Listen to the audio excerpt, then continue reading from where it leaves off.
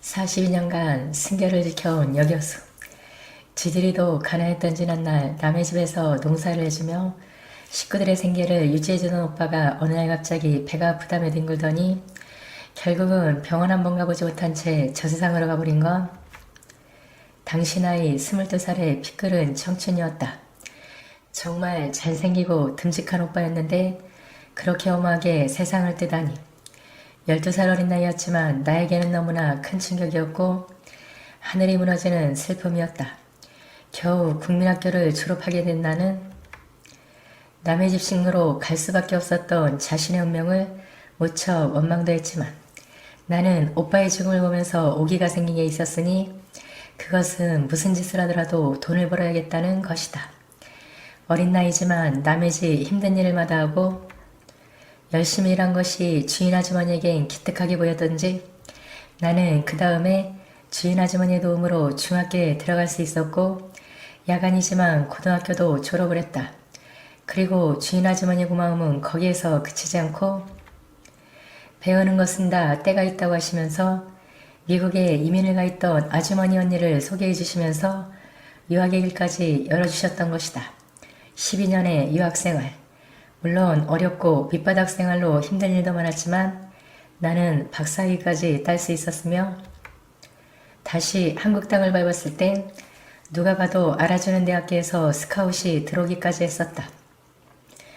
박복했던 지난날이 추억 속에 묻혀버리자 주위에서는 결혼에 대해 수없는 제의가 들어오는 것이었다. 물론 어떤 때는 내 자신이 감당하기 어려울 만큼의 조건을 가진 남자도 있었지만 나 자신은 아직도 젊었다고 생각하고 자신의 욕심만 생각하다 보니 어느덧 40살이 넘어가 버렸다. 물론 나라고 결혼을 하고 싶지 않았던 것은 아니었으나 결혼을 미뤘던 큰 이유 중에 하나는 내게 있어서 가장 잘생기고 가장 멋진 우상이었던 우리 오빠 같은 사람을 아직 못 만났다는 것이다. 12살 어린 소녀의 눈에 비춰졌던 멋진 오빠 같은 그런 사람이라면 언제든지 결혼을 하겠다고 생각했지만 아직까지 내 눈에 비친 남자 중에서는 오빠와 같은 나의 이상형을 찾지 못했던 것이다. 그런데 작년 3월 입학식을 끝내고 며칠이 지난 어느 날이었다. 수업을 하려고 강의실을 들어간 나는 말문이 막힌 채 한동안 꼼짝을 할 수가 없었다. 그것은 바로 어렸을 때 내 눈에 각인되어 있던 오빠의 모습을 봤기 때문이다.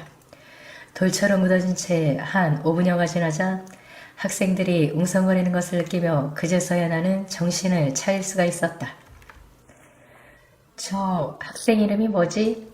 예, 저는 정석호라고 합니다. 어쩌면 목소리까지 그렇게 같을 수가 있단 말인가? 나는 하마터면 오빠라고 부를 뻔했었다. 나는 그날 강의가 어떻게 끝났는지도 모르게 지난날의 기억만 더듬었으며 수업을 마치고 강의실을 나가면서 정석호라는 학생에게 내 교수실에 들려달라고 부탁을 했고 석호가 내 방을 찾아온 건 5시가 조금 넘어서였다. 오, 왔구나. 내가 부른 것은 다름이 아니고 나는 말을 돌려 앞으로 내 일을 좀 거들어달라는 부탁을 하니 석호는 그러겠다고 했다. 집이 충주라고?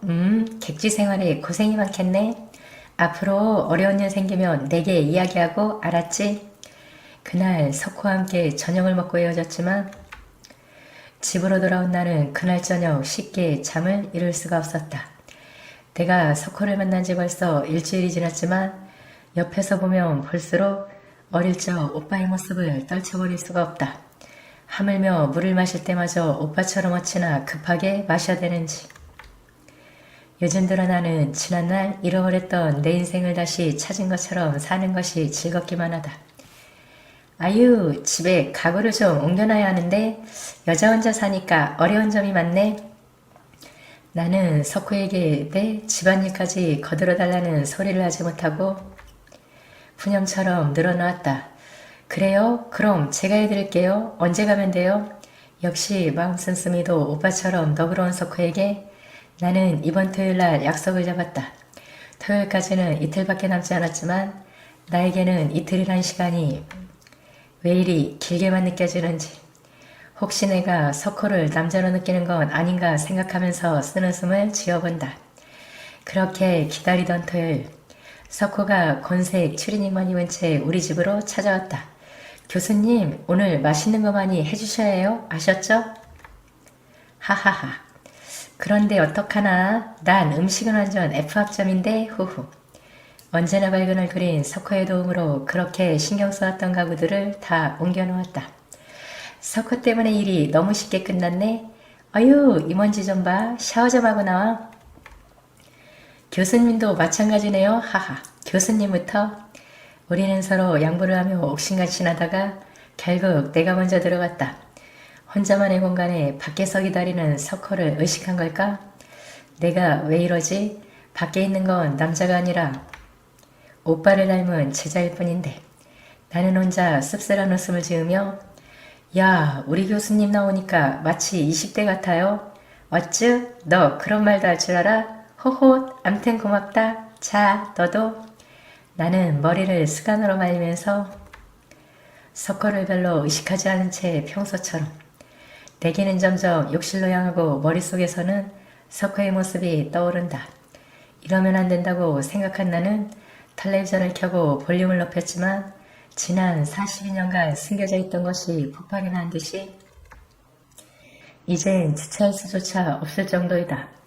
가만히 내 모습을 지켜보던 석호가 한 발 한 발 소파 쪽으로 다가오더니 나는 석호를 거부할 수가 없었다.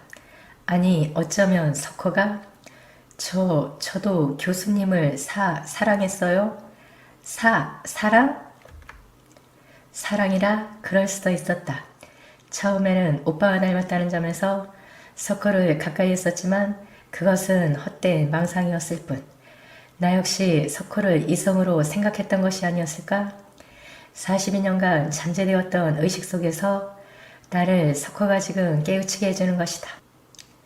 그런 후 나의 잠재되었던 여성을 알게 되면서 그동안 어떻게 참고 살았을까 하는 생각에 놀라움을 금치 못했다. 21년의 나이차. 이것이 극복된다면 얼마나 좋을까? 내 평생 처음으로 남자를 알게 되었고 처음으로 마음을 준 남자였기에 놓치고 싶진 않았으나 나는 내 자신을 너무나 잘 알기에 차마 사랑한다는 말을 할 수가 없다. 그 일이 지난 후 토요일만 되면 석호가 내 집을 찾아온다. 이제 분명한 것은 이제부터 나는 그렇게 주장해오던 독신을 기대하기란 어려울 것 같다. 하지만 그 사랑이 석호가 아닌 다른 사람이 될지언정 나는 평생 동안 석호를 잊을 수는 없을 것이다. 그동안 잊어버리고 살았던 나를 열어준 이 세상에서 단 하나뿐인 남자이기에 그는 영원한 내 연인으로 남아있을 것이며 내 기억 속에 지워지지 않을 남자로 남아있을 것이다.